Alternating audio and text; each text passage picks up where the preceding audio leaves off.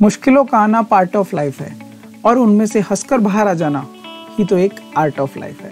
Good morning दोस्तों, all exam guide channel में आपका स्वागत है। आज है 6 जनवरी। करंट अफेयर जो कि आपके जितने भी कॉम्पिटिटिव एग्जाम होते हैं उन सभी के लिए इम्पोर्टेंट है, वो आज हम इस वीडियो में देखेंगे।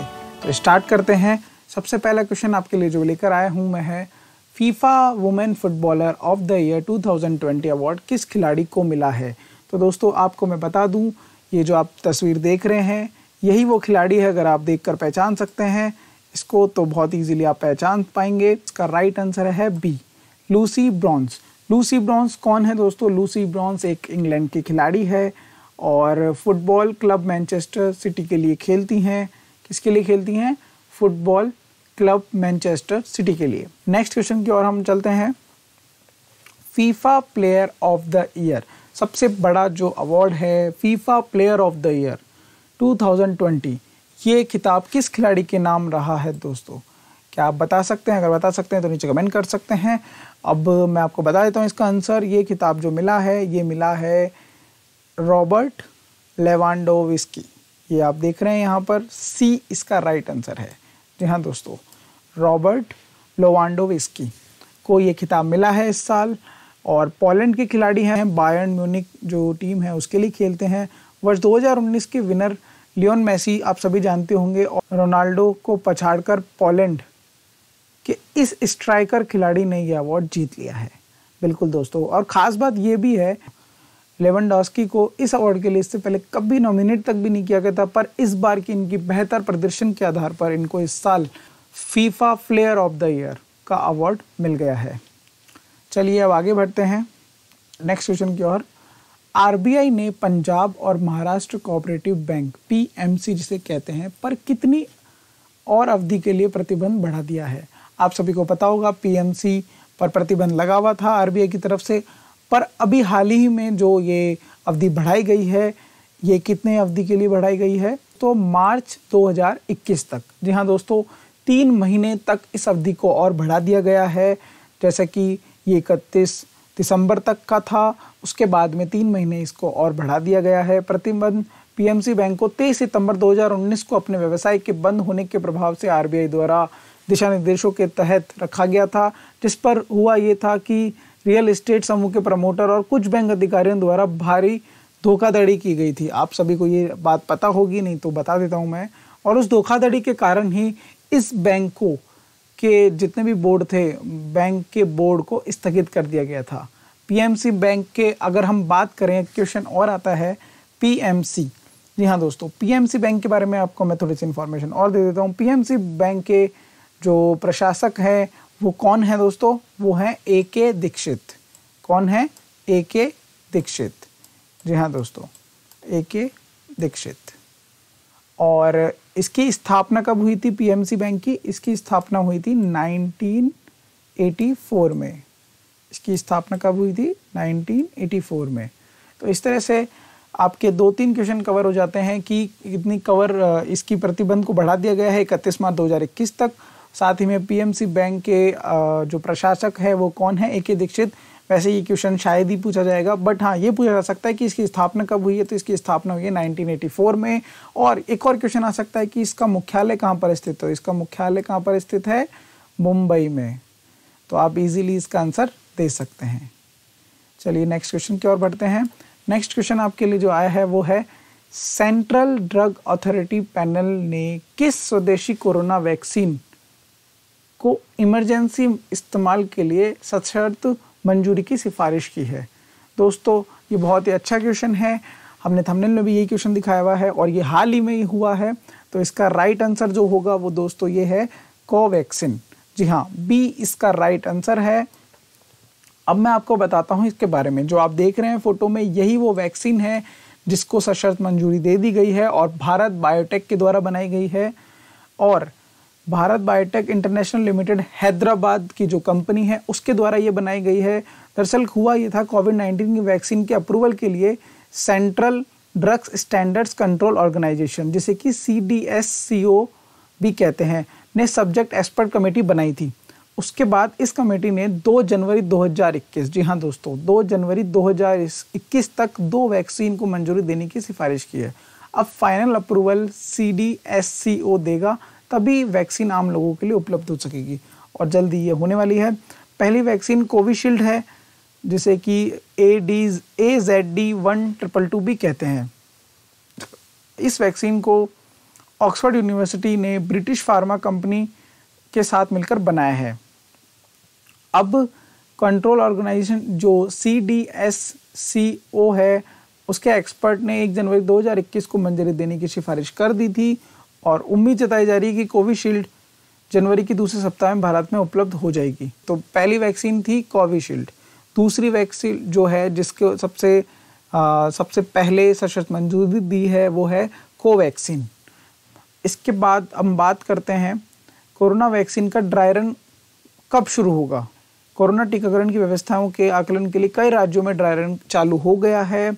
इस दौरान वैक्सीन के कोल्ड चेन से लेकर लगाने तक की सभी प्रक्रिया परखी जा रही है, ताकि वैक्सीन वितरण से पहले खामियों को दूर किया जा सके। हमारे कोरोना वैक्सीन के ड्राई रन के समय पर केंद्रीय स्वास्थ्य मंत्री डॉक्टर हर्षवर्धन ने कहा है कि फर्स्ट फेज में 3 करोड़ लोगों तो ही लगाई जाएगी। और इनमें कौन कौन होगा? इनमें स्वास्थ्य कर्मी होंगे और फ्रंट लाइन वर्कर्स शामिल होंगे। नेक्स्ट क्वेश्चन आपके लिए है, भारत ने वाडा, वर्ल्ड एंटी डोपिंग एजेंसी, जिसे कि वाडा कहते हैं, को डॉप फ्री खेलों के लिए कितने मिलियन की राशि देने का ऐलान किया है? $1 मिलियन। भारत ने विश्व स्तर पर क्लीन स्पोर्ट यानी डॉप मुक्त खेलों का माहौल तैयार करने के लिए एंटी डोपिंग एजेंसी को इसके वैज्ञानिक अनुसंधान बजट के लिए $1 मिलियन देने की घोषणा कर दी है। और भारत द्वारा दिया गया योगदान चीन, सऊदी अरब और मिस्र सहित अन्य विश्व देशों द्वारा किए गए योगदानों से भी अधिक है। और वाडा के अध्यक्ष कौन है दोस्तों? एक क्वेश्चन और आपका यहाँ पे कवर हो सकता है। वाडा के अध्यक्ष हैं वीटोल्ड बांका। नेक्स्ट क्वेश्चन की ओर बढ़ते हैं दोस्तों। विकासशील सदस्य देशों के लिए Asia Pacific vaccine access facility शुरू की गई है। और ये किसने शुरू की है? ये किसने शुरू की है? तो आपका जो राइट आंसर है वो यहाँ पर है एशियन डेवलपमेंट बैंक ने। B is the right answer. यहाँ पर बी आपका राइट आंसर है। ADB ने अपने विकासशील सदस्यों के लिए इस फैसिलिटी का शुभारंभ किया है। बैंक की ये $9 बिलियन की वैक्सीन पहल अपने विकासशील सदस्य देशों को दी जाएगी। साथ ही में दोस्तों ताकि वे सुरक्षित और प्रभावी कोरोना वायरस टीके की डिलीवरी और खरीद कर सके। साथ ही में ADB के अध्यक्ष मात्सुकु अस्कवा के अनुसार अब क्योंकि विकासशील सदस्य देश टीकाकरण कार्यक्रमों की तैयारी शुरू कर रहे हैं, तो उन्हें वैक्सीन की खरीद के साथ टीकाकरण प्रक्रिया को भी समान रूप से सुरक्षित अपनाने की ज़रूरत है। और साथ ही में दोस्तों ये टीकाकरण कार्यक्रम आसानी से वायरस की श्रृंखला को तोड़ सकता है। नेक्स्ट क्वेश्चन आपके लिए जो आता है वो है, मोहम्मद आमिर ने अंतर्राष्ट्रीय क्रिकेट से संन्यास लेने की घोषणा कर दी है। तो आप तस्वीर देखकर शायद पहचान गए होंगे ये किस देश के खिलाड़ी हैं दोस्तों? ये है पाकिस्तान के खिलाड़ी। यहाँ दोस्तों आपका करेक्ट आंसर है पाकिस्तान। जैसे कि तस्वीर में आपको दिख रहा है, बॉल दिख रही है तो आप समझ गए होंगे तेज गेंदबाज हैं। और इन्होंने 17 दिसंबर को 2020 में ही संन्यास ले लिया था। मोहम्मद आमिर ने मतलब ये मान लीजिए आप 250 से अधिक अंतर्राष्ट्रीय विकेट लिए हैं और उन्हें स्पॉट फिक्सिंग के आरोपों में 2010 से लेकर 2015 तक प्रतिबंध का सामना भी करना पड़ा था। नेक्स्ट क्वेश्चन आपके, golden peacock environment management award 2020 किस कंपनी को दिया गया है? क्या आप बता सकते हैं इसका आंसर कमेंट बॉक्स में? तो आपके सामने है इसका आंसर, ये है steel authority of India limited, SAIL, जिसे कि सेल भी कहा जाता है। आपका राइट आंसर है ए। हाँ दोस्तों, सेल को यह प्रतिष्ठित सम्मान इस्पात वर्ग में प्राप्त हुआ है। ठीक है, सेल के अध्यक्ष कौन है दोस्तों? अनिल कुमार चौधरी। सेल के अध्यक्ष कौन है? अनिल कुमार चौधरी। ठीक है, और सेल के अध्यक्ष ने उन्होंने बताया कि उनकी कंपनी को ये पुरस्कार दूसरी बार मिला है। जी हाँ दोस्तों, ये अवार्ड जो है उनकी कंपनी को सेकंड टाइम मिला है। इससे पहले भी उनको ये अवार्ड मिल चुका है। और सेल का मुख्यालय कहाँ पर स्थित है? इस सेल का मुख्यालय है न्यू दिल्ली में स्थित। तो आपके 2-3 क्वेश्चन यहाँ पे कवर हो जाते हैं। नेक्स्ट क्वेश्चन आपके लिए आया है, अंतर्राष्ट्रीय मानव एकता दिवस इंटरनेशनल ह्यूमन सॉलिडरिटी डे कब मनाया जाता है? आपका राइट आंसर दोस्तों यहाँ पर आपके सामने है ए 20 दिसंबर को। जी हाँ दोस्तों, संयुक्त राष्ट्र महासभा ने 22 दिसंबर 2005 को ये प्रस्ताव दिया था। नेक्स्ट क्वेश्चन आपके लिए आया है, गोवा मुक्ति दिवस कब मनाया जाता है? दोस्तों इसका राइट आंसर है आपके सामने बी 19 दिसंबर। 19 दिसंबर को गोवा लिबरेशन डे भी जिसे कहते हैं ये मनाया जाता है। अब मैं आपको ये बताता हूँ कि 19 दिसंबर को ये क्यों मनाया जाता है।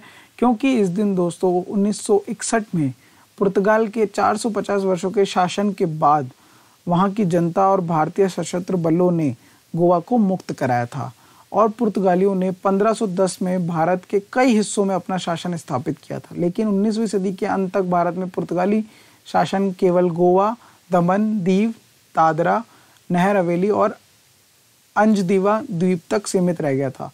15 अगस्त 1947 को जब भारत को स्वतंत्रता मिली थी तब भी गोवा में पुर्तगाली शासन था।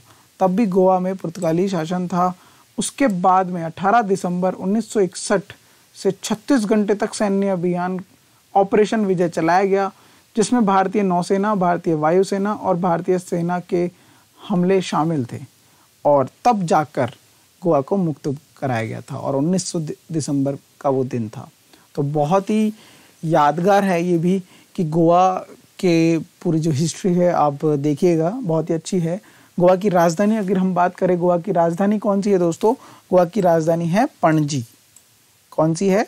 पणजी, ठीक है। और इसके राज्यपाल जो हैं अभी वो कौन है दोस्तों? गोवा के राज्यपाल है भगत सिंह केशयारी, बिल्कुल। और इसके जो मुख्यमंत्री हैं वो है प्रमोद सावंत, ठीक है। इस तरह से भी आपके क्वेश्चन आ सकते हैं, तो आपको इसको अच्छे से याद कर लेना है। अब एक क्वेश्चन मैं आपको दे रहा हूँ, क्वेश्चन ऑफ द डे। इसका आंसर आपको मुझे बताना है कमेंट बॉक्स में और कल इसका आंसर मैं आपको बताऊंगा। SHOM enterprises of the century award किस उद्योगपति ने जीता है? हाल ही में ये करंट अफेयर का बहुत ही अच्छा क्वेश्चन है। आई होप आप सभी को इसका आंसर आता होगा। नीचे कमेंट बॉक्स में आप जाके इसका आंसर दीजिए। साथ ही में आपको PDF मिल जाएगी, डिस्क्रिप्शन में लिंक मिल गया है आपको, वहाँ से आप इस पूरे करंट अफेयर की PDF भी डाउनलोड कर सकते हैं। Wish you very all the best.